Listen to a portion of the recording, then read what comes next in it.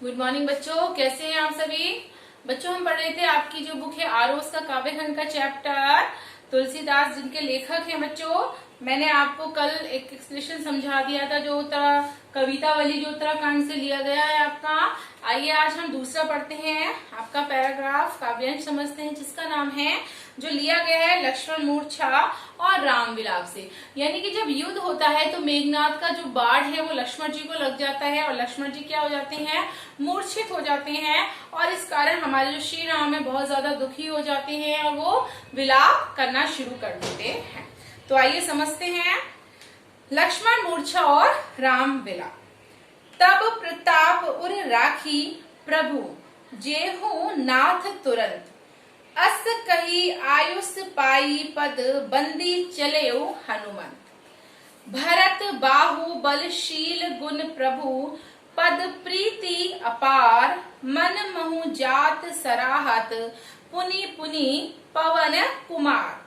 तब का मतलब है बच्चों तुम्हारा यानी आपका, प्रताप यानी यश, उर यानी हृदय, राखी यानी रखकर, जेहू यानी जाऊंगा, नाथ यानी स्वामी मालिक, तुरंत यानी शीघ्र, अस यानी इस तरह, आयुष यानी आज्ञा, पाई यानी पाकर, पद पैर, बंदी का मतलब बंदाना करके, बाहु यानी भुजा, सील का मतलब शील यानी कि सद्व्यवहार करना, गुण का मतलब गुण, पद का मतलब चरण, प्रीति का मतलब प्रेम, अपार का मतलब अधिक, महु मतलब मैं, सहारत मतलब प्रशंसा करता, पुनि पुनि बार बार, पवन कुमार हनुमान।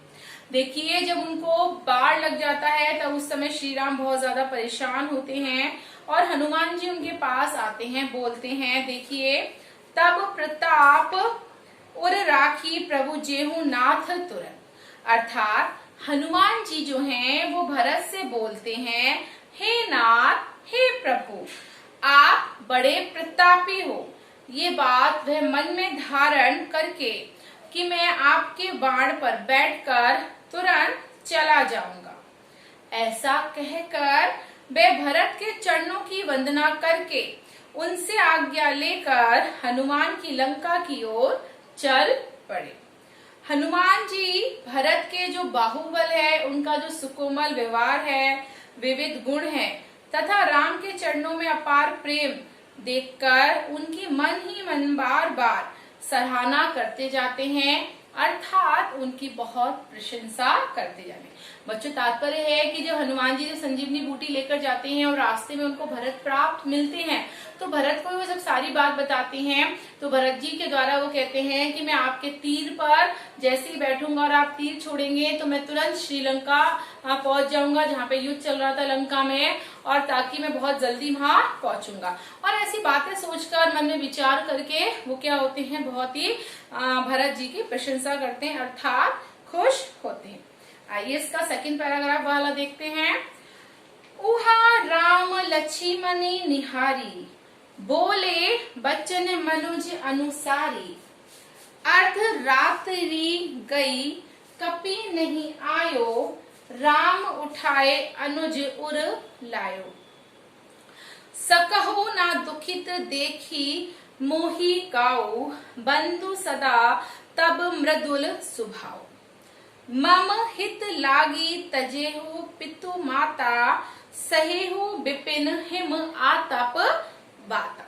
देखियो बच्चों वहां मतलब वहां यानी दूसरी ओर, निहारी यानी कि उनको देखकर, लक्ष्मण जी को निहार कर, मनुज यानी मनुष्य, अनुसारी का मतलब होता है बच्चों समान, और मनुज यानी अनुसारी और मान मोचित, अर्थ यानी अर्ध का मतलब है आधी, आधी रात हो चुकी थी, कपि यानी हनुमान जी बंदर को कहा गया है, आयु माने आया, अनुज यानी छोटा भाई, उर माने हृदय, लायो का मतलब लगाया, सको मतलब सकते हैं, दुखित दुखी, मोही मुझे, काओ किसी प्रकार, बंधु भाई, तब तेरा मृदुल कोमल, स्वभाव यानी स्वभाव माने स्वभाव, मम मेरे, हित लिए, कारण, लगी यानी के लिए, तजेहु त्याग दिए, विपिन जंगल, हिम बर्फ ठंड, आता धूप, बाता हवा या तूफान। देखो उधर जब लंका में राम ने मूर्छित लक्ष्मण की ओर देखा तो वे अधीर होकर मनुष्य के समान शोक भरे वचन कहने लगे।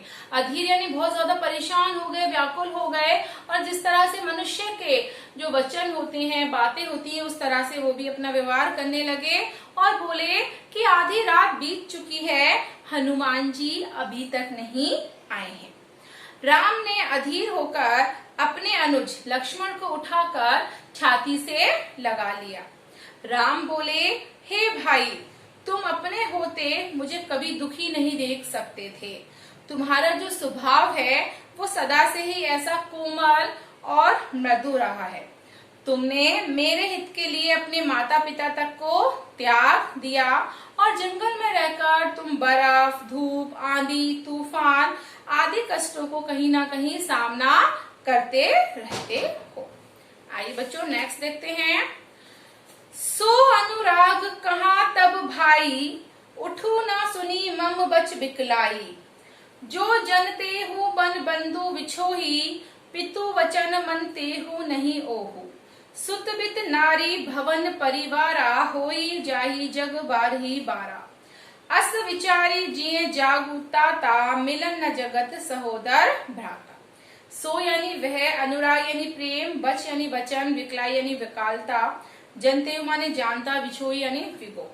देखिए इसमें जो राम है वो कह रहे हैं लक्ष्मण को संबोधित करते हुए, ओ प्रिय भाई लक्ष्मण, तुम्हारा वह पहले जैसा जो प्रेम है वो अब कहाँ है, अर्थात कहाँ चले गए हैं। तुम मेरे व्याकुलता पूर्ण वचन सुनकर उठते क्यों नहीं हो, क्योंकि वो मूर्छित हो चुके थे और राम उनके लिए बहुत ज्यादा परेशान थे, चिंतित थे, व्याकुल थे। राम रो रो कर उनको कह रहे थे, मेरे प्रिय भाई तुम उठ जाओ, अपनी मूर्छा त्याग दो। इसलिए राम कहते हैं कि तुम्हारा वो पहले वाला प्यार कहाँ चला गया है, तुम मेरे व्याकुलतापूर्ण वचन सुनकर उठ क्यों नहीं रहे हो। यदि मुझे पता होता कि वन में मेरे साथ मेरा जो भाई है वो आएगा और वो इस तरह से बिछड़ना पड़ेगा, तो मैं अपने पिता के वचन को कहीं ना कहीं मानने से इनकार कर देता, मना कर देता और वन में ना आता।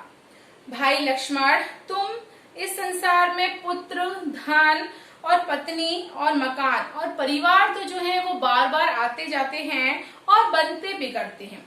ये जीवन में आते हैं और कहीं ना कहीं फिर चले भी जाते हैं, परंतु जो सगा भाई है वो चाहकर भी दोबारा नहीं लाया जा सकता। ऐसा मन में विचार करके तो तुम तुरंत जाग जाओ। अर्थात कहीं ना कहीं बच्चों राम जो है लक्ष्मण को समझा रहे हैं, बिल्कुल सही बात है, हम दूसरी शादी करके पत्नी आ सकती है, पैसा कमा सकते हैं, मकान ले सकते हैं, लेकिन हमारा जो सगा भाई है अगर वो बड़े होने के बाद उसे कुछ हो जाता है तो शायद वो दोबारा नहीं आ सकता। इसलिए हमारे राम श्री राम को जो है वो लक्ष्मण को समझाते हुए कह रहे हैं कि ये सारी बातें विचार करो और आज तुम तुरंत उठ जाओ, यानी कि जग जाओ। तो बच्चों आज आपकी क्लास यहीं तक होगी, कल इस क्लास को मैं कंटिन्यू करूंगी। Thank you.